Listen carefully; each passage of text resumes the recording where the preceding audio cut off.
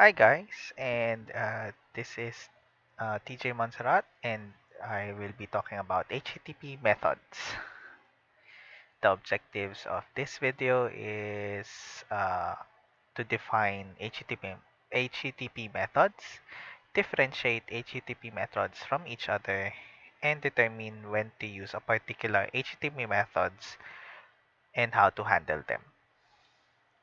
Now, things that we should know when we will be discussing this is that there will be a table on the right side and it has these things.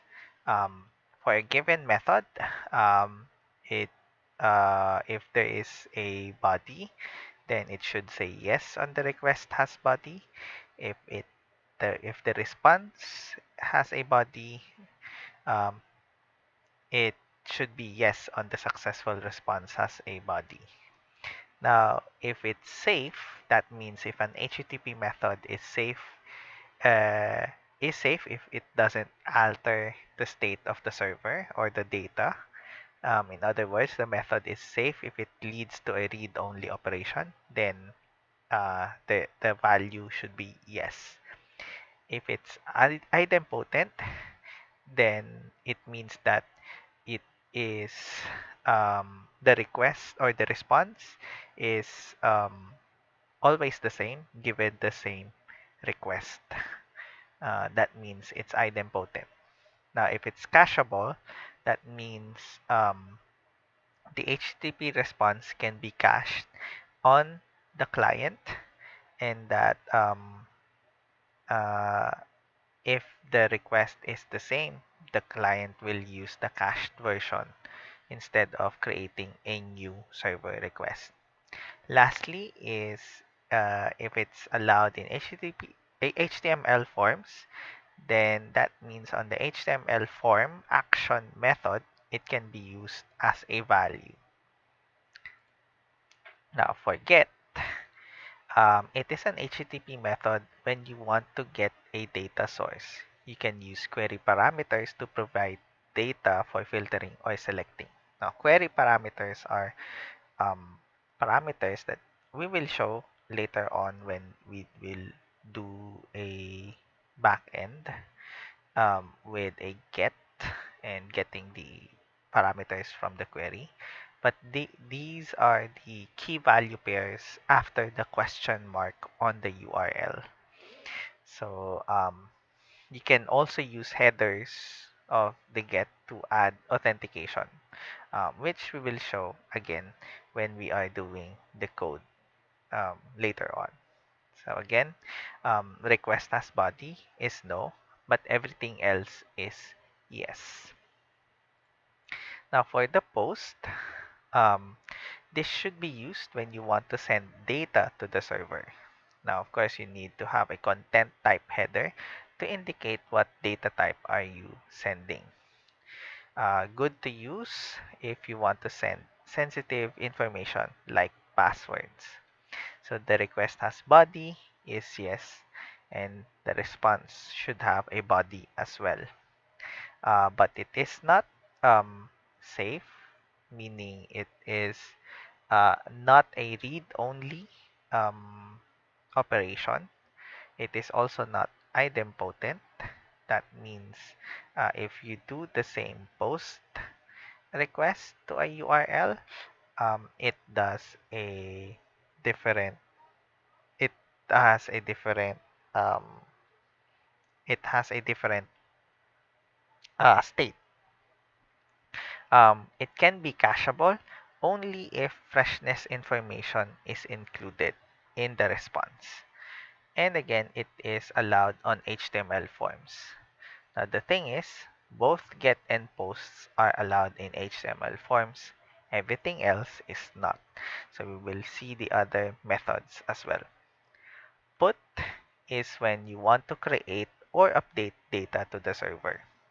So usually you can use post when you want to create new data, but the difference is idempotency. If you can create a new data given same input, then use put. If it requires a unique value like a unique ID, um, then use post. So that means if you use the post again with a unique ID, it will return an error because that particular data has been created already, even if the same values. So successful response has body. You can return a successful response with body, or you can return a um, no data on the body as well.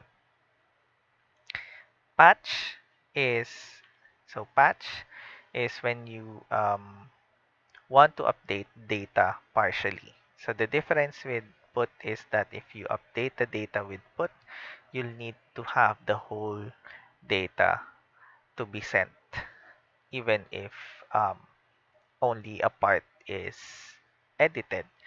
But in patch, you can send only the properties of the data that you want to update. Again, you need a request body and it should return a response body, but it is not safe, it is not idempotent, and it is not cacheable.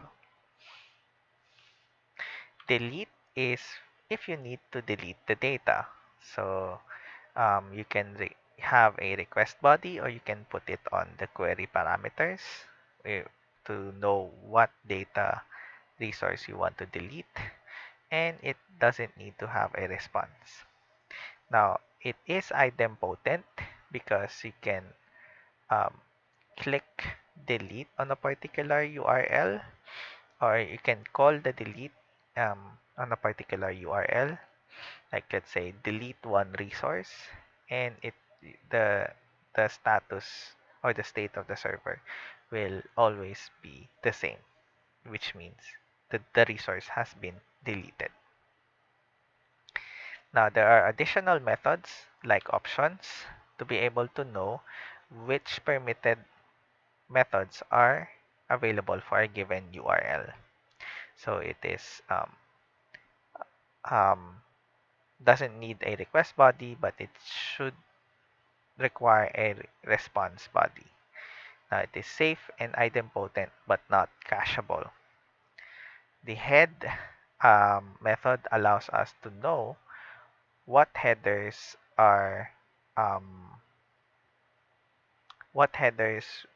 available um, given if given a request, if it's doing a get method. So in essence, um, for example, if a URL might produce a large download, a head request could read its content length without downloading the file.